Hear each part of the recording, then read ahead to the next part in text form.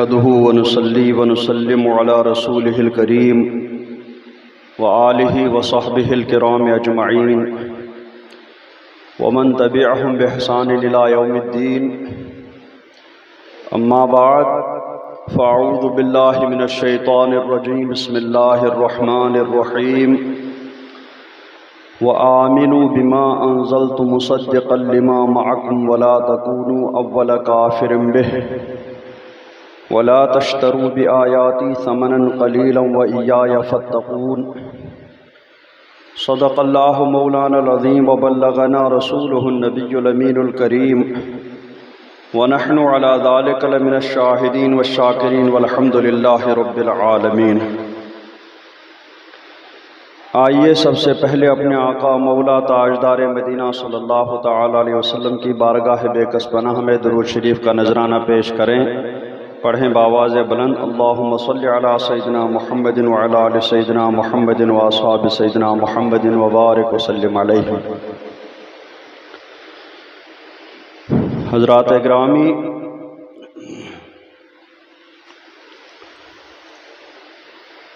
गुज़श्ता मजलिस में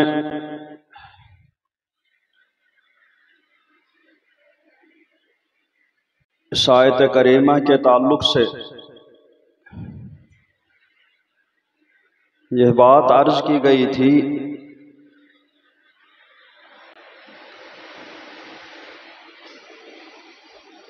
कि अहले किताब बिलखुसूस यहूदियों से कुरान पाक ने इरशाद फरमाया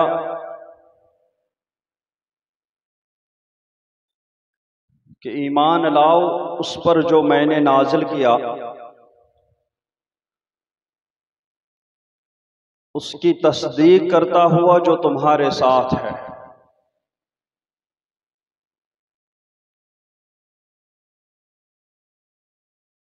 यानी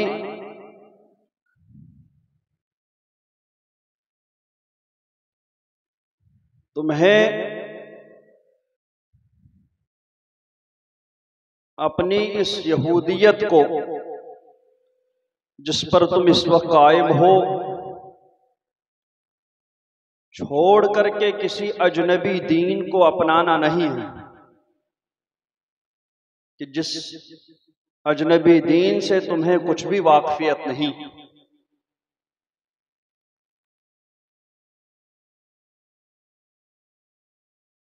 तुम्हारे लिए मुशरिकीन से ज्यादा आसान है ईमान लाना, ईमान को कबूल करना। मुशरिकों को तो अपने सारे माबूदाने बातिला को चकनाचूर करके एक अल्लाह वहदहु ला शरीक की इबादत करने का हुक्म। तुम्हें तो किसी भी चीज को छोड़ने के लिए नहीं कहा जा रहा है। अल्लाह पर तुम्हारा ईमान था, अल्लाह पर तुम्हें ईमान रखना है। रसूलों को तुम मानते थे, रसूलों पर तुम्हें ईमान रखना है। हजरत मूसा अलैहिस्सलातु वस्सलाम को बिलखुसूस तुम लोग मानते थे, उन पर ईमान रखते थे। उन पर वो ईमान वैसे ही रखना है जैसे तुम्हारा पहले से। तौरात को तुम ईमान रखते थे, तौरात पर तुम्हें वैसे ही ईमान रखना है जैसे पहले रखते थे। तो तुम्हें तुम्हारे दीन में से किसी चीज को छोड़ना नहीं है, बस उसी की तस्दीक करने के लिए जो कुरान पाक हमने नाजिल किया है, तुम्हें अब अल्लाह के एक और रसूल और अल्लाह के एक और नाजिल करने किताब पर ईमान लाना है। बस ये है कि जो अहकाम कुरान पाक ने मनसूख फरमाए हैं, उन अहकाम पर तुम्हें अमल नहीं करना है। तौरात के जो अहकाम कुरान पाक ने मनसूख फरमाए हैं, उन अहकाम पर तुम्हें अमल नहीं करना है। जो अहकाम कुरान पाक ने अब बताए हैं, उन कुरान पाक के अहकाम पर तुम्हें अमल करना है। बाकी तौरात की जो नसीहतें थी, तौरात में जो अकायद बयान किए गए थे, तौरात में जो सरकार की नातें बयान हुई थी, वो सारी चीजें जैसे तुम पहले मानते थे वैसे ही तुम्हें अब भी मानना है। तो इसलिए तुम्हारे लिए ईमान लाना कुछ ज्यादा मुश्किल नहीं है, क्योंकि कुरान पाक तुम्हारे दीन की तस्दीक कर रहा है, तुम्हारे तौरात की तस्दीक कर रहा है। वला तकूनु अव्वल काफिरिन बिह, तुम्हें तुम्हारे रसूल पहले ही से सरकार के बारे में खबर देते हुए आए, तुम्हें तौरात ने पहले ही से सरकार के बारे में खबर दी थी, तुम्हें बखूबी इस बात का इल्म था कि एक नबी आखिर ज़मान तशरीफ लाने वाले हैं, तुम्हें उनका पूरा हुलिया मालूम था, उनके औसाफ मालूम थे, उनकी शरीयत के बारे में जानकारी थी, उनके बारे में तुम्हें इतना ज्यादा इल्म था कि जो उन पर ईमान लाने के लिए बिल्कुल काफी वाफी है। इतना इल्म तुम उसके बारे में रखते थे। तो उस इल्म की रोशनी में उसके मुकाबिल मुशरिकीन मक्का को कुछ नहीं इल्म था, दीगर मुशरिकीन अरब को कुछ भी नहीं इल्म था उस रसूल के बारे में।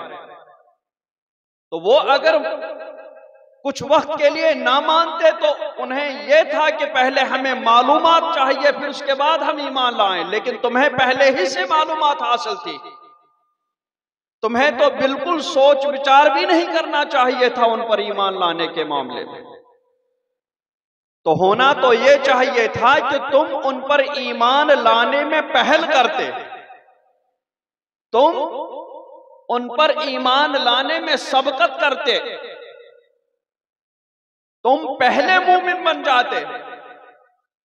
तुम्हें सारे अरब के बारे में जब पता था कि यही वो नबी आखिर ज़मान तशरीफ लाने वाले हैं, तो तुम्हें जब भनक लग गई थी, तुम्हें फौरन दौड़ करके सबसे पहला मोमिन बनना चाहिए था, क्योंकि तुम्हें उनके बारे में पूरी जानकारी थी। तो तुम्हें भनक लगते ही फौरन जाकर के ईमान लाना चाहिए था, क्योंकि तुम्हें सब औसाफ का इल्म था, तुम्हें देखते ही पता चलता कि ये वही नबी आखिर ज़मान है जिनके बारे में हमें बताया गया था, तो तुम सबसे पहले मोमिन बन जाते। लेकिन अफसोस तुमने वैसा भी नहीं किया,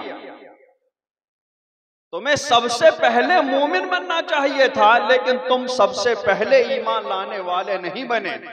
दूसरे लोग तुम पर सबकत ले गए, जिन्हें उस रसूल के बारे में कुछ भी इल्म नहीं था, उनके औसाफ के बारे में कुछ भी पता नहीं था। उन लोगों ने भी उनका चेहरा देख करके, उनकी तालीमात सुन करके कहा कि ये किसी झूठे का चेहरा नहीं हो सकता, ये किसी झूठे की तालीम नहीं हो सकती। तो तुम पर वो सबकत ले गए जिन्हें कुछ भी इल्म नहीं था, कोई जानकारी नहीं थी, और तुम्हें सारी जानकारी थी। तुम्हें उनके एक एक अखलाक करीमा के बारे में इल्म था, औसाफ जमीला के बारे में इल्म था। तुम्हें फौरन भनक लगते ही उनकी खिदमत में हाजिर होकर के, क्योंकि तुम चेहरा देखकर ही पहचान लेते कि ये वही है जिनके बारे में हमें बताया गया। तो इसलिए ला तकूनु अव्वल काफिरिन बिह, तुम्हें सबसे पहला कुफ्र करने वाला नहीं बनना चाहिए, बल्कि तुम्हें तो सबसे पहला मोमिन बनना चाहिए था। लेकिन वैसा तुमसे नहीं हुआ और तुमने कुफ्र किया। ला तकूनु अव्वल काफिरिन बिह, तुम सबसे पहले काफिर ना बनो। अब सबसे पहले काफिर तो मुशरिकीन मक्का में से बन गए थे, तो ये सबसे पहले कैसे काफिर बन जाते हैं? यानी अहले किताब में तुम सबसे पहले काफिर ना बनो। क्यों? इसलिए कि तुम्हारे बाद जितने भी अहले किताब में से कुफ्र करने वाले होंगे, तुम्हें एक तो अपने कुफ्र करने का गुनाह भी मिलेगा, और तुम्हारे बाद तुम्हारी देखा देखी जितने भी लोग, जितने भी अहले किताब सरकार के साथ कुफ्र करेंगे, उनका गुनाह भी तुम्हारे सर होगा। वला तश्तरू बि आयाती समनन कलीला, और मेरी आयतों के बदले थोड़े दाम ना लो, क्योंकि यह लोग सरकार की नातों को छुपा लेते थे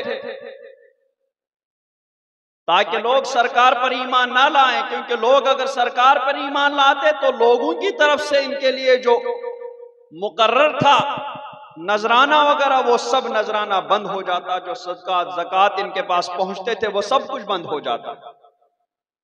इसी तरीके से तौरात के अहकाम को बदल करके या रुश्वत ले ले करके उनके अहकाम को बदलते थे।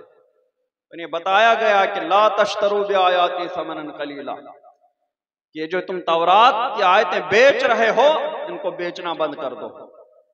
वैया फत्तकून, में डर लग रहा है कि तुम अगर ईमान लाओगे तुम्हारी ये सरदारी चली जाएगी, तुम्हारे वो नजराने बंद हो जाएंगे, तुम्हारे वो रिश्वतें बंद हो जाएंगी, उनसे बिल्कुल मत डरो। इय्या फत्तकून, मुझसे डरो। क्यों? इसलिए कि वो चीजें अगर बंद हो जाएं तो तुम्हारी जिंदगी खत्म नहीं हो जाएगी, तुम्हारा ऐश आराम बंद नहीं होगा, तुम हलाक नहीं होगे। लेकिन अगर तुमने ईमान नहीं लाया सरकार पर और कुरान पाक पर, तो उस पर जो तुम्हें मेरी तरफ से अजाब होगा उस अजाब के जरिए तुम हलाक हो जाओगे। इसलिए सरदारी के जाने का खौफ ना करो। या फत्तकून, खास मुझसे डरो कि ईमान न लाने की सूरत में मेरा तुम पर कैसा इकाब होगा, मैं तुम्हें कैसा अजाब दूंगा, उस अजाब से डरो और फौरन सरकार पर ईमान लाओ, कुरान पाक की तस्दीक करो। वला तलबिसुल हक़्क़ बिल बातिल व तक्तुमुल हक़्क़ व अंतुम तालमून, और हक से बातिल को ना मिलाओ, व तक्तुमुल हक़्क़, और हक को छुपाओ। ये लोग तौरात में जहां सरकार सल्लल्लाहु ताला अलैहि वसल्लम की नातें होती थी उनमें तहरीफ कर लेते थे, उसका बिल्कुल उल्टा वहां पर लिख देते थे, और जो तौरात में हकीकत में लिखा होता था उसको छुपा लेते थे। तो इन्हें बताया गया कि ये गुनाह भी बहुत बड़ा गुनाह है। ला तलबिसुल हक़्क़ बिल बातिल, हक को बातिल के साथ ना मिलाओ। सरकार की जो तारीफ हकीकत में तौरात में बयान हुई है उसको अपनी उन झूठी तारीफों के साथ जिनको तुम उलट करके बयान कर देते हो उनके साथ ना मिलाओ। वह तक्तुमुल हक़्क़, और उसको बातिल के साथ मिलाने के बाद सिर्फ बातिल को बयान करो और हक को छुपा के रखो, ऐसा बिल्कुल ना करो। वअंतुम तालमून, इस हाल में कि तुम जानते हो कि ये कितना बड़ा गुनाह है, ये कितना बड़ा जुर्म है। वअंतुम तालमून, इस हाल में कि तुम जानते हो। तो जानबूझ करके इल्म रखते हुए भी कि ये कितना बड़ा जुर्म है, ऐसा जुर्म मत करो। क्योंकि अगर तुम्हें इल्म ना होता यानी जाहिल होते तो जहालत कहीं कहीं उज़्र हो जाती है, जाहिल कभी कभी माजूर रखा जाता है, लेकिन तुम जानबूझ करके ये गुनाह कर रहे हो, इसलिए तुम्हारा ये जुर्म तुम्हारे लिए उज़्र नहीं माना जाएगा, कुछ भी तुम माजूर नहीं माना जाओगे, क्योंकि तुम जानबूझ करके इल्म रखते हुए ये जुर्म कर रहे हो। वअक़ीमुस्सलात व आतुज़ ज़कात वरकऊ मअर राकिईन, और नमाज कायम रखो और ज़कात दो और रुकू करने वालों के साथ रुकू करो, क्योंकि नमाज भी तुम्हें अल्लाह रब्बुल इज्जत के करीब कर देगी। वातुज़ ज़कात, और ज़कात अदा करो, उसके जरिए नमाज के जरिए तुम्हारे बदन की पाकी, रूह की पाकी हो जाएगी, और आतुज़ ज़कात, ज़कात के जरिए तुम्हारा ये माल पाक हो जाएगा। वरकऊ मअर राकिईन, और रुकू करने वालों के साथ रुकू करो। उलमाए किराम फरमाते हैं कि इसमें जमाअत की तरगीब दी गई है, जमाअत से नमाज अदा करने की तरगीब दी गई है। कि यहूदियों से कहा गया है कि तुम मोमिन जो नमाज अदा कर रहे हैं उनके साथ मिलकर के तुम नमाज अदा करो, और लफ्ज रुकू का जिक्र इसलिए खास फरमाया, इन्हें होना यह चाहिए था कि तुम नमाज पढ़ने वालों के साथ नमाज पढ़ो, लेकिन फरमाया गया तुम रुकू करने वालों के साथ रुकू करो, क्योंकि रुकू भी नमाज का एक अहम रुकन है। इस वजह से जुज बोल करके पूरी नमाज मुराद है। और दूसरी वजह यह बताई जाती है कि यहूदियों की नमाज में रुकू नहीं होता, इस वजह से खास तौर पर इस रुकू का जिक्र करके कहा गया वरकऊ मअर राकिईन, के रुकू करने वालों के साथ यानी मोमिनीन के साथ तुम नमाज अदा करो, उनके साथ मिलकर के, उनकी जमात में शरीक होकर के। उसके जरिए तुम्हारी जिस्मानी रूहानी सफाई हो जाएगी। अतामुरून अन्नास बिल बिर्रि व तंसौना अनफुसकुम व अंतुम ततलूनल किताब अफला ताक़िलून, तुम लोगों को क्या भलाई का हुक्म देते हो और अपनी जानों को भूलते हो। लोगों को अमल करने का हुक्म देते हो और अपने आप को भूल जाते हो।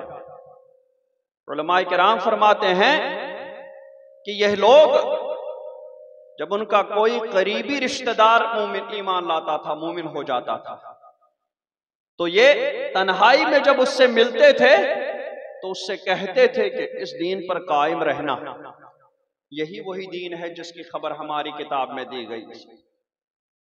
और जब फिर तन्हाई खत्म हो जाती थी और अपने अकीदतमंदों के गिरोह के साथ रहते तो वहां पर उसको झूठ बोलते, कहते थे कि ये वो नबी नहीं है जिसकी खबर हमारी किताबों में दी गई, ये वो दीन नहीं है जिसके बारे में हमें बताया गया। इसी तरीके से ये लोगों को तौरात के अहकाम पर अमल करने का हुक्म देते थे, लेकिन खुद तौरात के अहकाम पर अमल नहीं करते थे, अपने लिए तौरात के उन अहकाम को बदल देते थे।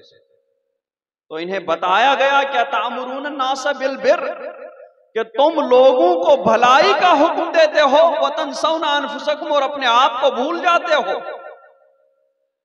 खुद उस इल्म पर अमल नहीं करते हो। और ये बहुत बहुत बड़ी कमी है, बहुत बड़ा जुर्म है ये,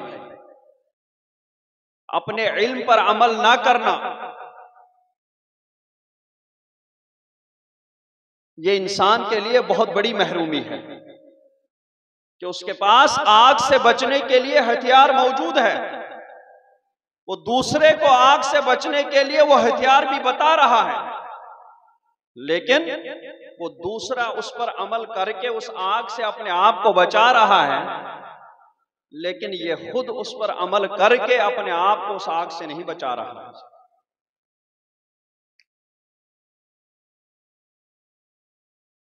हदीस पाक में आया है कि सरकारे दो आलम सल्लल्लाहु ताला अलैहि वसल्लम ने इरशाद फरमाया कि जिस रात मुझे मेराज कराई गई तो मुझे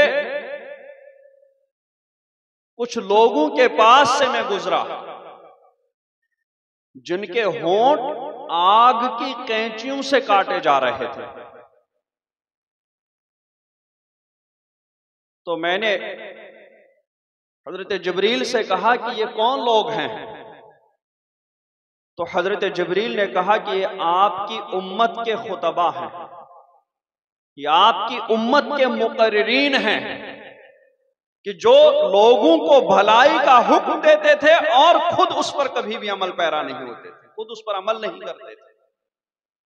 लोगों को हक सुनाते थे लेकिन खुद हक से गाफिल रहते थे।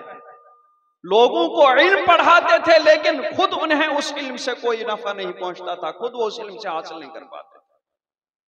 ये वही खुतबा है, उनके होंठ आग की कैंचियों से काटे जा रहे थे। इसी तरीके से एक और रिवायत में आया है कि एक आलिम कयामत के दिन जहन्नम में डाल दिया जाएगा। जहन्नम में डालते ही उसकी जो पेट के अंदर की अंतड़ियां वगैरह वगैरह सब वो सब अपनी जगह से हट जाएंगी, यानी वो पागलों की तरह इधर उधर घूम फिर रहा होगा। यहां तक कि लिखा है कि जैसे गधा चक्की के चारों तरफ चक्कर लगाता है, बिल्कुल सर नीचे करके एकदम गोल गोल घूमता है, ऐसे ही ये आलिम जब जहन्नम में डाला जाएगा तो उसी तरीके से ये वहां पर आग के इर्द गिर्द गोल गोल घूमेगा। अब आसपास में कई लोग होंगे जो इसको पहचानते होंगे, वो इसके करीब आएंगे और इससे पूछेंगे कि तुम यहां कैसे, तुम तो हमें वाज पढ़ते थे, तुम तो हमें इल्म सिखाते थे, तुम यहां कैसे आ गए? तुम तो हमें जहन्नम से बचने का सामान दे रहे थे, तुम तो हमें जहन्नम से बचने के लिए क्या क्या करना चाहिए वो सारी बातें बताते थे, उन सारी बातों की तालीम देते थे, तो तुम कैसे जहन्नम में पहुंच गए? तो कहेगा कि मैं तुम लोगों को सिखाता तो था, लेकिन मैं खुद उस पर अमल नहीं करता था। मैं तुम लोगों को नेकियां सिखाता था, जहन्नम से बचने की बातें बताता था, लेकिन खुद उन बातों पर कभी अमल नहीं करता था। इसलिए आज मेरी यह हालत है। इसीलिए कुरान पाक ने इन यहूदियों से कहा, ये भी यही करते थे, दूसरों को उनको कहते थे कि सरकार हक है, उस पर अमल पैरा रहो, इस दीन पर साबित कदम रहो, लेकिन खुद उस नजराने के चक्कर में वो अपने आप अमल नहीं कर पाते थे, वो सरकार पर ईमान नहीं ला पाते थे, आग से बचने का सामान नहीं कर पा रहे थे। इसलिए उन्हें इस जुर्म से भी बचने की तलकीन की गई। कहा गया तामुरून अन्नास बिल बिर्रि व तंसौना अनफुसकुम, कि तुम लोगों को नेकी का, भलाई का हुक्म देते हो और अपने आप को भूल जाते हो। वांतुम तत्लूनल किताब, हालांकि तुम किताब पढ़ते हो, यानी तुम्हारे पास इल्म है कि ये कितना बड़ा जुर्म है कि लोगों को हम दीन सिखा रहे हैं और खुद उससे बच रहे हैं, खुद अपने आप को भूल रहे हैं। तुम जानते हो तुम्हारी तौरात में ये कितना बड़ा जुर्म है बताया गया। अफला ताकिलून, तो तुम समझते क्यों नहीं है कि यह जुर्म कितना बड़ा जुर्म है? इस जुर्म की कबाहत को क्यों नहीं समझते हो? या यह कि अफला ताकिलून, तो तुम्हें अकल नहीं, तुम्हें अकल नहीं कि ये जो तुम्हें ये समझा दे कि ये कितना बड़ा जुर्म है। बताया गया कि तुम जो कर रहे हो वो तुम्हारे इल्म के भी मुखालिफ है और तुम्हारी अक्ल के भी मुखालिफ है।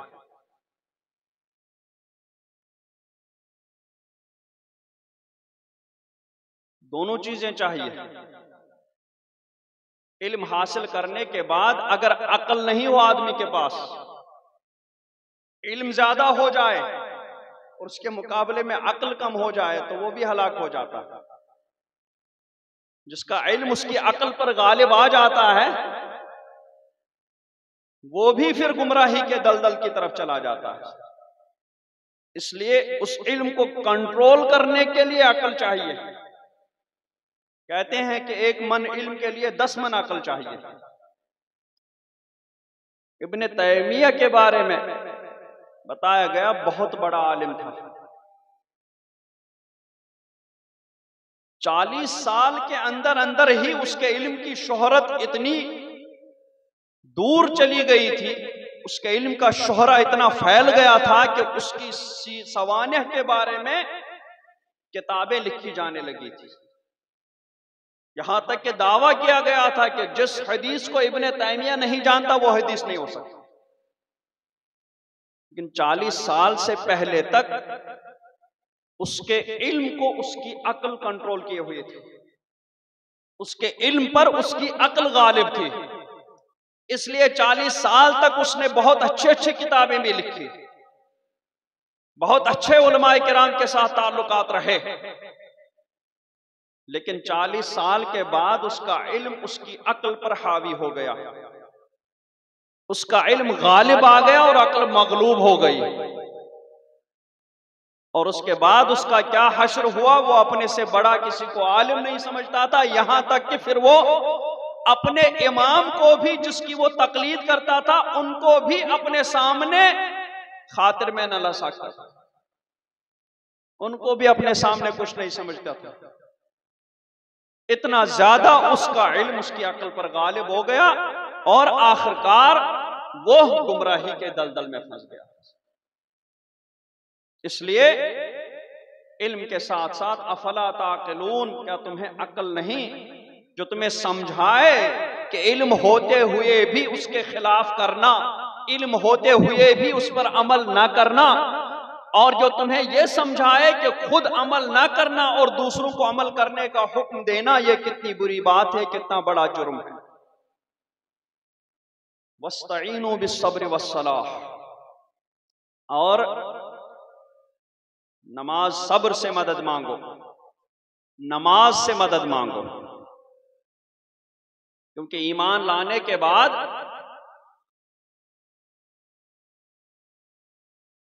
तुम्हारे ऊपर बहुत आजमाइशें होने वाली हैं, तुम्हारा बहुत सारा इम्तिहान भी होगा, तुम्हारे ऊपर मुसीबतें भी नाजिल हो सकती हैं। इसलिए ईमान लाने के बाद तुम सब्र और नमाज से मदद मांगो। उलमा किराम फरमाते हैं कि सब्र से मुराद रोजा है और नमाज, सलात से मुराद नमाज है।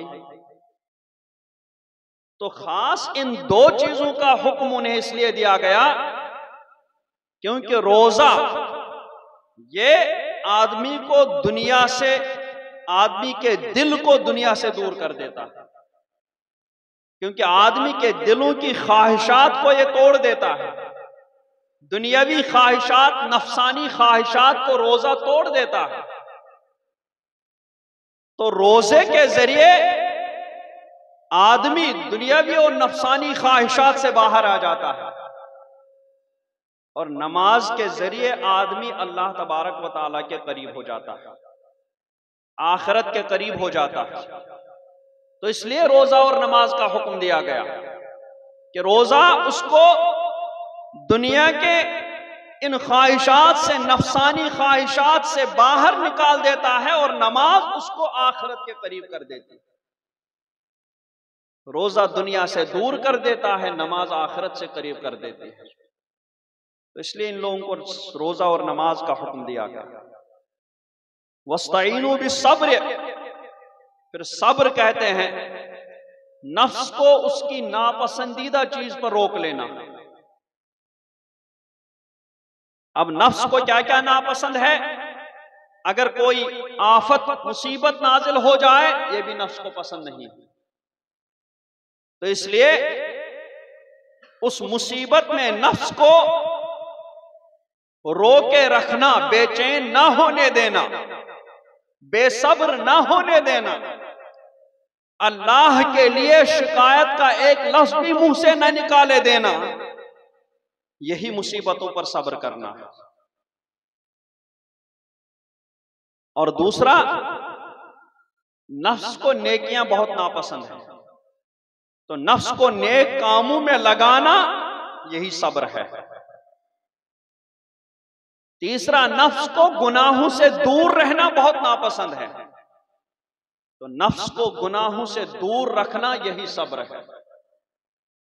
इस तरीके से सब्र अलल मुसीबत, सब्र अल ताआत, और सब्र अनिल मनहियात, बुराइयों से दूर रखना, यह भी सब्र है।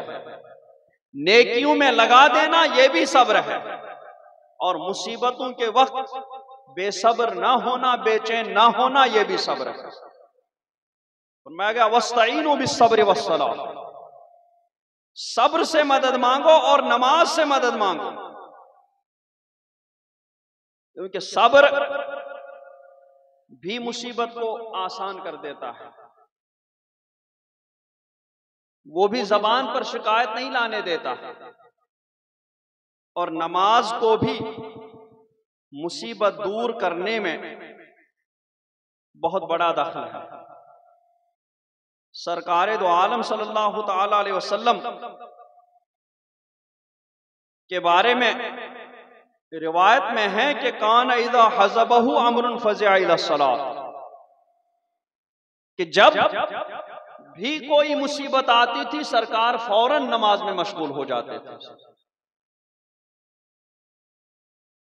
इसी तरीके से सरकारे दो आलम सल्लल्लाहु तआला अलैहि वसल्लम ने इरशाद फरमाया कि जिसको अल्लाह रब्बुल इज्जत से कोई हाजत हो,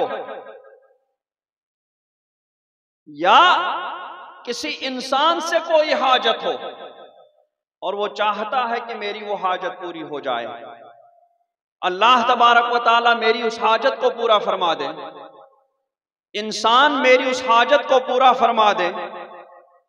किसी भी इंसान के पास कोई भी काम है और ये चाहता है कि वो मेरा काम करे, तो सरकार ने फरमाया फल यतवद्दा, क्या ऐसे शख्स को चाहिए कि वो वुजू करे, वल युहसिन वुजूअहु, और अच्छा वुजू करे,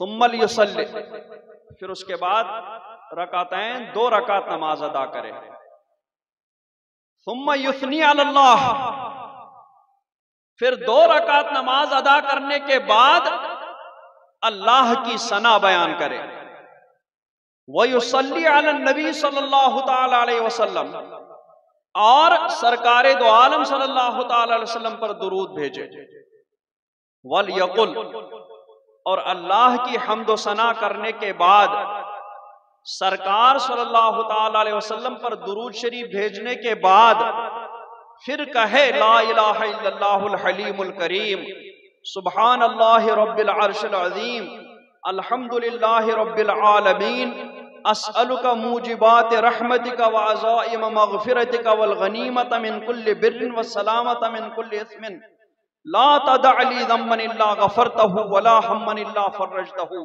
वला हाजतन हिय लका रिदन इल्ला क़ज़ैतहा या अरहमर राहिमीन। ये दुआ पढ़े तो अल्लाह तबारक व तआला से अगर हाजत है, अल्लाह तबारक व तआला उसकी उस हाजत को पूरा फरमा देगा, और अगर किसी इंसान से कोई हाजत है, कोई काम है, तो जाते ही वो इंसान, वो आदमी इसकी हाजत को पूरा कर देगा, इसका काम कर डालेगा। तो इसलिए नमाज को इन कामों में बड़ा दखल है, तो ये अल्लाह के करीब कर देती हैं, और मुसीबतों के टालने में भी नमाज को बड़ा दखल है, जैसा कि सरकार सल्लल्लाहु अलैहि वसल्लम ने इन हदीस करीमा में इरशाद फरमाया। और फिर उसके बाद फरमाया व इन्नहा लकबीरतुन, कि यह नमाज भारी है,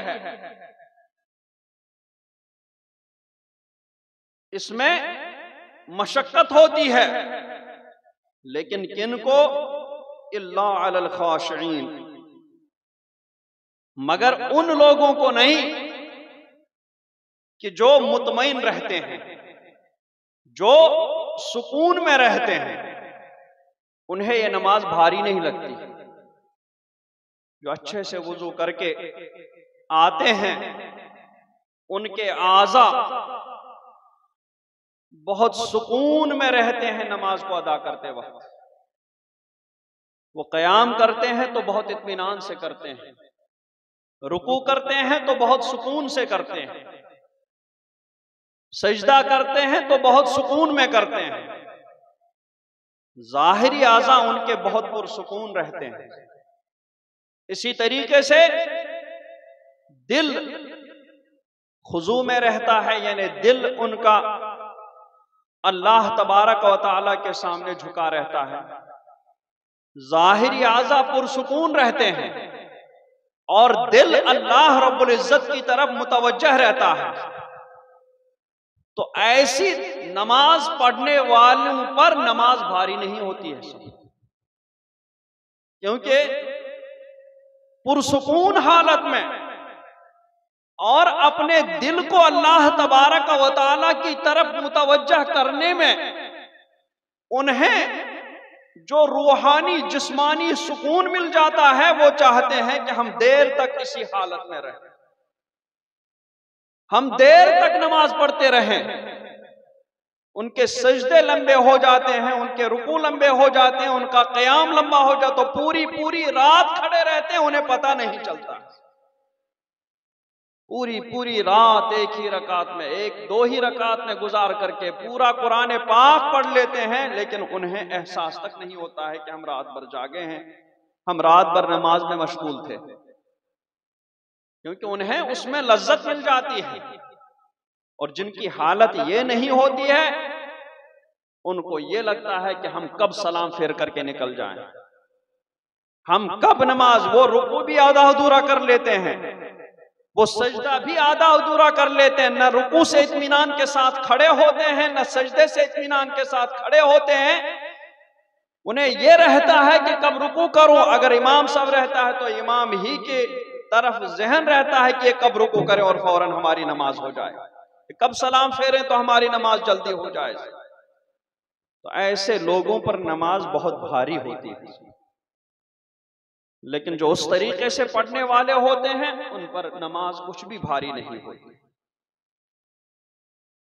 क्यों?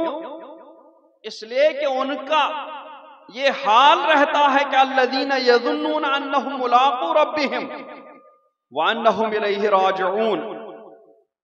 उन्हें यह यकीन होता है कि वो अपने रब से मिलने वाले हैं, उन्हें अपने रब से मिलना है।